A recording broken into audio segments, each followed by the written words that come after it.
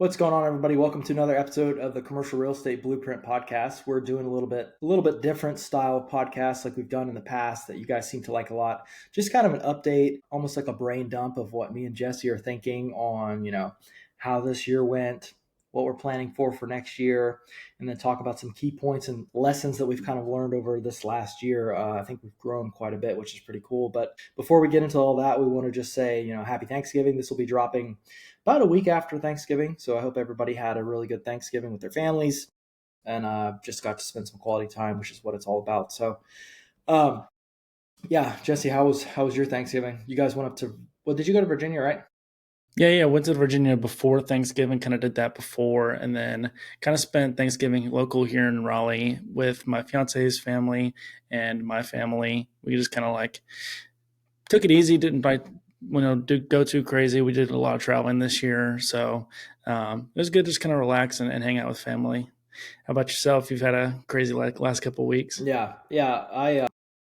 It was not so relaxing, but I'm very thankful. We actually moved, which was cool. So that's kind of been a little quiet on social media and just been so insanely busy. We have a bunch of deals going down by the end of the year. And then I personally moved, which if you've ever moved, it just takes a lot, especially with three kids. Thankfully, my parents helped several times watching the kids while we got some moving and unpacking and packing done. But yeah, we had a good Thanksgiving. I basically unpacked most of the day, but when the second half of the day, I went to my aunt and uncle's house, which is funny. They actually live in High Point, where we buy all our buildings. So every year we switch off, going like Thanksgiving to my aunt and uncle's, and then Christmas to my parents' house, and back and forth, which stemmed from my grandparents who have since passed. But yeah, that's kind of been our tradition, so it was good. Uh, but yeah, so me and Jesse were kind of talking before recording. I was also talking with my wife, and we've touched on this quite a bit before, just talking about like the book Vivid Vision and just having goals and how important that is. And I thought it was pretty cool.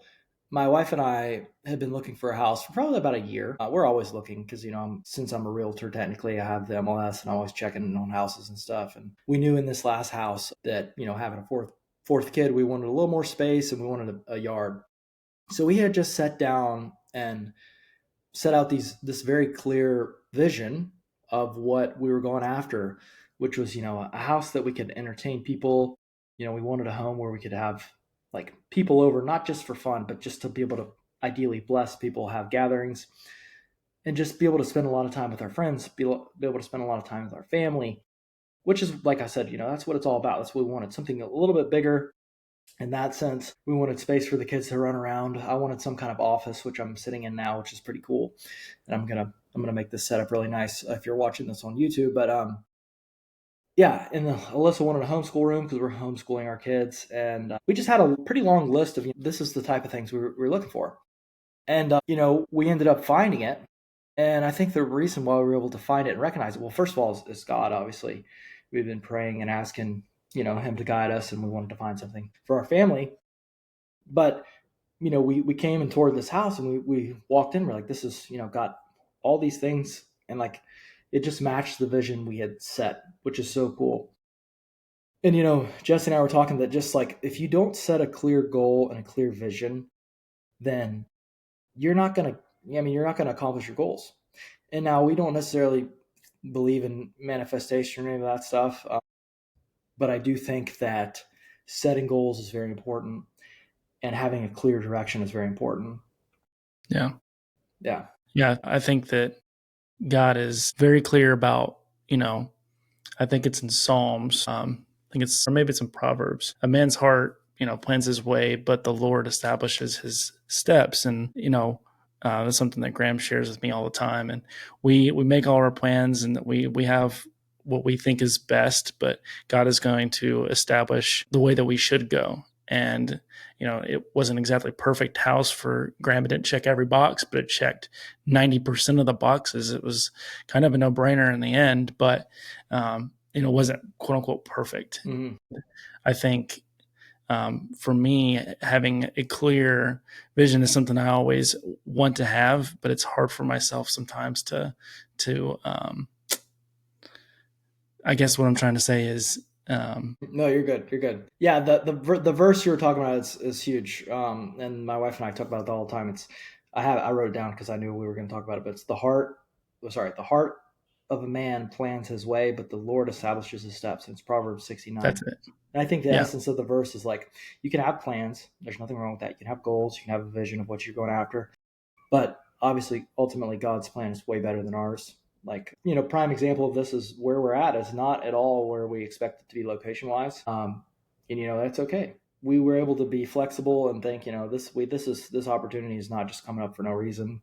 This location's not just coming up for no reason. This is not what we're expecting, but I think it's pretty clear that we think this is what God's put in front of us, and we're gonna take advantage of it, and we trust that His plan's better than ours. And I think that's just the case for so many. We were using this house as an example, but it's just the case for everything. Another prime example just comes off the top of my head is, and I've shared the story before with our duplex in Durham, where we bought that property, and our plan was, okay, this is an Airbnb. It's going to cash flow $2,000 a month, and then we're just going to buy 10 duplexes, and it's going to cash flow $20,000 total, and that's our plan. And that did not work out. We got denied in the financing for literally no reason. And it just so happened that we found our first industrial deal at the same time. So we dropped it and switched that. And now, obviously, if you listen to this podcast, you know how deep we are into industrial real estate. So it's cool. And there, I wrote down some other stuff that we had set. We said we wanted to attend 2 commercial real estate events. We got to go to Commercial Academy multiple times, I think 2, which was awesome. We also got to go to 3 because we went to Newport Beach, went to Cleveland, and went to the Raleigh event. We said we wanted to do 2 travel podcasts. We got to do that. We went and interviewed Brian Lubin. We interviewed Todd Napola in Austin and Fort Lauderdale. I had kind of this vision for me and my friends. Like, we always were into really adventurous stuff, surfing, swimming, hiking, cliff jumping, all that stuff. And as I've gotten older and as I've had kids, you spend a lot less time with your friends. I mean, it's not on purpose, and it's not like you want to. It's just the way it is. Everybody gets busy. People have responsibilities. People have kids. And I saw that happening and happening more and more. And I was like, man, we've got to still make time to go on adventures and stuff. So we went on our first annual man venture this year, the beginning of the year, which was a fun way to start the year. But at the same time, the time was kind of sucked because we hit the ground running in January, and then I think it was like the 20th or something. We went to Puerto Rico, and I was like, man, it lost a little bit of steam because we had so much fun. Anyways, we went there and we went surfing, swimming, hiking, did all kinds of stuff. We had 10 guys, and it was just awesome. We got to do really cool stuff and hang out and spend time blast. together. Yeah, so it was a blast. So, anyways, that was a goal I had set to do the first one of those, and we're doing another one here in what's 2 months, really. Yeah, unfortunately, Jesse can't come because he's got a bachelor party, Yeah, but yeah, it was awesome. And then also, I had set a goal to take my family and parents to Hawaii, a place that my wife and I love so much. And we got to take my dad. My mom unfortunately couldn't come because my sister is having some health issues, but they weren't able to make it. But yeah, it was just those are examples of goals and things I set out at the beginning of the year. If I want to do this, I want to do that, I want to do this, and we were able to knock it out. And I think Jesse's got several examples too, right? yeah, for sure. We wanted to acquire a couple properties this past year, and we were able to do that. We actually bought a property with no money out of pocket. It's something that, like in January, I wouldn't have said that we would have even been able to pull anything like that off, but we were able to do that. And I wanted to really grow my glove business. I wanted to get to 100K, but I didn't get there in revenue. But I got to 50K of revenue, which was over double jump from the year prior to that, It's huge. which was just a blessing, honestly. Yeah, I mean, most people, they say like you should strive to hit, double your revenue in a year, and I was able to do that. And kind of like talking about that just a touch, I am going to make it more of a side hustle.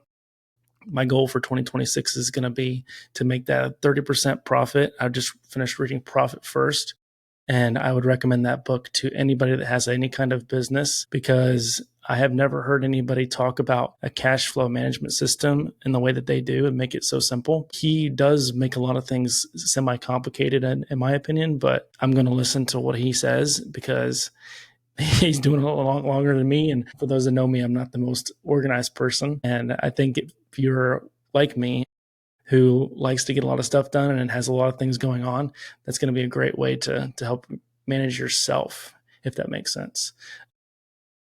But I wanted to be been personally more consistent in reading the Bible every day. And I will say that I did not read every single day, but I kept up with our Bible reading plan that I'm doing with my church. And I'm literally up to the date. Perfect. I've probably read most of the Bible at this point this year, which I've never been that consistent before. So personally growing in that has been huge for me. I got an apartment this year. It was another goal of mine. I wanted to do that or buy a place, but I found a new apartment building that was giving 2 months of free rent, and they have a golf simulator. So for me, that was kind of a no-brainer. So Yeah, for sure. me and my buddy signed up for that. So, and then one of the bigger ones was maintaining a 15K emergency fund. That was part of like me knowing that, my girlfriend at the time was going to be the one I was going to wind up proposing. Wanted to make sure was starting to build up a bigger emergency fund, and so I got that fully funded this year, which feels like a huge win for me. So I mean, 2025 has been great. The Lord's blessed us both, and I'm excited for what we have in 2026 coming. 100%. 100%. Amen. Yeah. And that's an awesome goal. I had the same goal of being more consistent and getting the word every day, but I honestly flopped on it. I think it's important to be transparent on stuff you flop on. For And sure. I'm still trying to just be better about time management. I mean, we made a lot of progress in time management, but with, For sure. my children's inconsistent sleep schedule and, it's just tough. But at the same time, I'm sitting here saying that and I'm like, well, I make time for other stuff. So I'm BSing. So I shouldn't. And, I think it's important to be accountable. 100%. Um, but yeah, let's see, what else did I have here? Oh yeah, we mentioned it. So it's a little bit of update coming into what we're doing now, what we're going into for 2026. So I think we mentioned on the last podcast, but we currently have 3 deals under contract, which is huge. They all came kind of at the same time, which is not necessarily ideal. Depends on who you ask, but one of them we're partnering with our company on. It's an incredible deal. It's a 5-unit, basically small bay flex deal that we're going to buy from a seller that we've built a relationship with, who Jesse reached out to like probably 2 years ago. We bought a building from him already. We've gone to lunch with him multiple times. And he told us, yeah, I got this building we're going to sell. Another one, just Jesse and I are going to buy. We're selling our duplex. We're going to 1031. Well, probably not going to 1031, but we're going to roll our funds into that one. That also is actually a seller we've bought the first building I bought from. Kind of a recurring theme. If you can get sellers to sell you buildings over and over again, if they got several buildings, that's a good strategy. And the third one is one that one of our friends, Brant, brought us through brokerage, and we're still working out how we're going to take that one down, but 18,000 foot. So one's a 20,000 foot small bay flex deal, 5 units. One of them is 18,000 feet. Could be single tenant, could be multi, like just 2. And the third is a 17,000 square foot building, could be 2 tenants or 1, and they're all on High Point. So if we can do this, I think I did the calculation, we'll be at over like 100,000 feet or more, which is pretty insane to say. Yeah. So we got to pull them all off. So if you listen to this, check with us in a couple months and see if we made it. We'll obviously tell you on the podcast, but yeah. Yeah. So 100%. one of our huge goals, obviously, is to take all those down. And then let's see what else we got. We were talking about really the mentality of just like, we talked about the science of scaling and, where we could just focus on doing one thing like acquisitions or brokerage or the podcast or social media or whatever it may be. But we decided, we don't want to do that. We want to keep doing acquisitions. We want to keep doing brokerage. We want to keep doing content, but we can't realistically manage all that stuff. And that's where the principle of who, not how comes in. And we've just got to get somebody. So we're going to try to hire an assistant between the two of us. We're going to try to hire a social media person, ideally in person for both of them. And then we're going to try to get to $10,000 a month each in passive income or cash flow from our buildings. And then we want to go harder on the podcast. We want to get bigger guests, put out more quality content. And yeah, that's kind of what we're working on right now.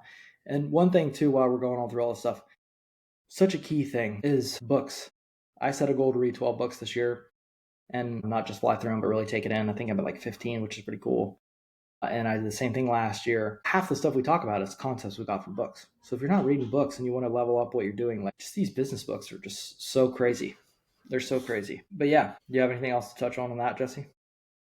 No, I would just say like you've got to have a commitment to growth. When that's not just reading books too, it can be podcast, I think Graham listens to Audible a lot too. And then talk to other people about books too, because even my client just recommended a book to me. I can't remember exactly what it's called, or else I'd have dropped it here, but it's on my Audible. I just bought it. So that's going to be my next book. But stay committed to growing and learning.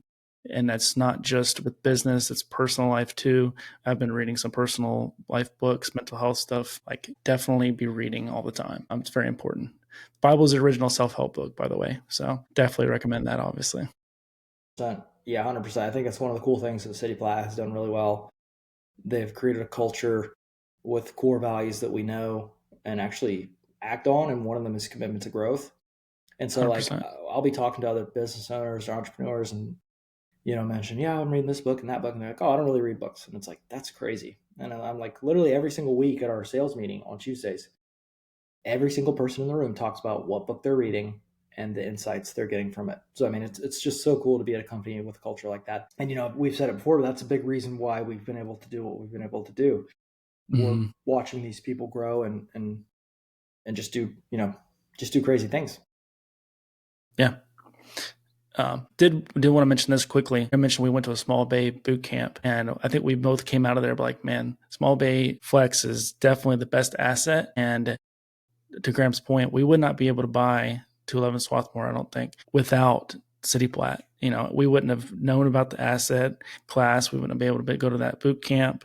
We went to the boot camp, learned a ton, and then now we're actually under contract on really a small bay flex asset, which is just crazy to think about. Mm-hmm. Um, Yeah, yeah, it's wild. just Yeah, nuts. it's really wild, and we're excited. We're super excited. There was something else I was going to touch on. We'd mentioned talking about goals for 2026. If you want to talk about that real quick. Yeah. So yeah, that's kind of what we want to close the buildings we're working on.